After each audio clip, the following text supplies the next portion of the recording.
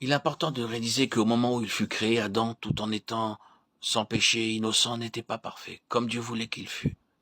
Il fallait que quelque chose soit ajouté pour qu'il arrive à tout ce que Dieu voulait dans sa nature et sa destinée. Le lien qu'il avait avec Dieu par son esprit humain signifiait une potentialité ou une possibilité, et non une union absolue et finale. C'est pourquoi il devait obéir à Dieu dans une ligne d'ordre et de commandement, plutôt dans la position d'un serviteur que celle d'un fils, ou, si nous employons la distinction qui est faite dans le Nouveau Testament entre enfant et fils, nous voyons la différence entre celui qui est simplement né et celui qui est parvenu à la maturité, ce qui aurait chez Adam amené la grande avance sur sa position première de l'enfance à l'état de fils, du gouvernement extérieur au gouvernement intérieur, de l'état incomplet à l'état complet. C'était la vie éternelle par l'obéissance de la foi. C'est à ce point que toute la signification de l'arbre de vie a sa place. Cet arbre était un symbole de Dieu manifesté en Christ comme la vie par laquelle l'homme peut uniquement arriver à sa destinée voulue par Dieu et même partager la vie et la nature de Dieu. Adam, à cause de l'incrédulité et de la désobéissance, n'atteignit pas la vie éternelle. C'est pourquoi cette vie est réservée à ceux qui croient au Seigneur Jésus-Christ et qui sont en Christ et ont reçu Christ en eux. Christ en vous, l'espérance de la gloire. Colossiens 1, 27. Dans la vie éternelle réside tout le secret de Dieu, pour tout le dessein éternel de Dieu, dans l'homme et par l'homme. Il faut ensuite nous souvenir que la vie éternelle est un don. Notre objet spécial en rappelant cela à ce point, c'est de dévoiler une autre erreur. Il existe deux interprétations de la nouvelle naissance. L'une est vraie et l'autre un beau mensonge qui tord la vérité. Cette dernière interprétation prétend que la vie spirituelle est une sorte de renaissance, un rafraîchissement intérieur, produit par l'effet des forces mystiques qui planent autour de l'âme, l'attirant de sa torpeur comme le soleil printanier réveille la semence endormie, poussant l'activité des forces déjà existantes, mais immobiles. Ce serait comme un réveil de ce que nous possédons déjà pour l'élever sur un plan plus haut, ou une marée qui envahit des sphères jusqu'ici ignorées et inertes, dont les forces et les fonctions entravées sont aussitôt libérées et entrent en contact à l'intérieur avec la conscience et à l'extérieur avec le service.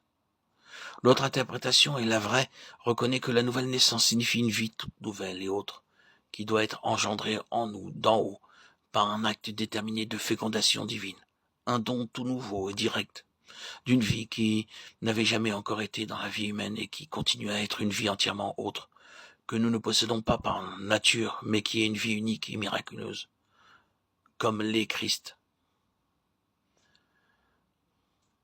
Comme toute erreur renferme quelques éléments de vérité qui, semblables à une pince, s'avancent pour saisir, ainsi celle-ci, celle que nous venons de mentionner, se sert du fait qu'elle ne distingue pas entre trois choses. Premièrement, l'âme, deuxièmement, l'esprit, troisièmement, la vie éternelle. La vie éternelle fait sortir l'esprit de la mort et fortifie l'âme. Mais ni l'âme ni l'esprit n'ont de valeur pour Dieu, en ce qui concerne la destinée que Dieu a voulu pour l'homme, sans la vie éternelle entièrement autre. Oui, cette vie, c'est Dieu lui-même, en Christ, par le Saint-Esprit. Le Saint-Esprit est l'esprit de vie. Romains 8, 2. Et la vie divine, alors même qu'elle est donnée aux croyants pour demeurer en lui, reste encore liée à la personne divine. Dieu nous a donné la vie éternelle et cette vie est dans son Fils. 1 Jean 5, 11. La présence de la personne divine dans le croyant ou dans l'Église est exprimée par la vie.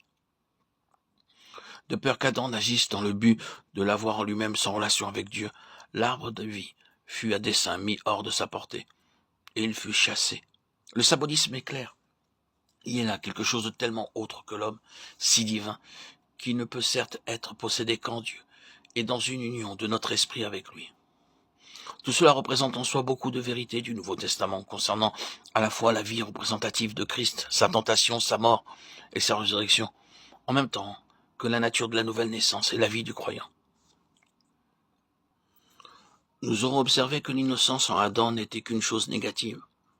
Cela peut donc être vrai aussi de l'état sans péché. Dans son cas, cela peut, en un sens, jeter quelques lumières sur l'épreuve de toute la vie de Christ. Bien que nous disions ceci avec quelques réserves, auxquelles nous ne nous arrêterons pas maintenant, pour ne pas sortir de notre sujet. La sainteté est positive. Et l'innocence d'Adam était accompagnée de la possibilité d'arriver à la sainteté. La sainteté est le résultat de la fidélité dans l'épreuve, en ce qui concerne l'homme. il peut entrer innocent dans l'épreuve. Mais l'essence même de l'épreuve, c'est la possibilité de choisir entre deux voies, la sienne en propre et celle de Dieu. La foi, l'obéissance, la loyauté envers Dieu, la résistance au mal, en ayant recours à Dieu, amèneront un état positif qui sera quelque chose de plus que l'innocence. Et le fait de ne pas avoir péché avant cette expérience. La faculté qui gouverne et dirige en cela, c'est l'esprit. C'est pourquoi l'issue sera ou bien la sainteté spirituelle ou bien la perversité spirituelle. Chacune des deux issues représente une relation soit avec Dieu, le Saint-Esprit, soit avec Satan et les esprits mauvais. C'est en cela que nous voyons le résultat de l'épreuve et de la chute d'Adam.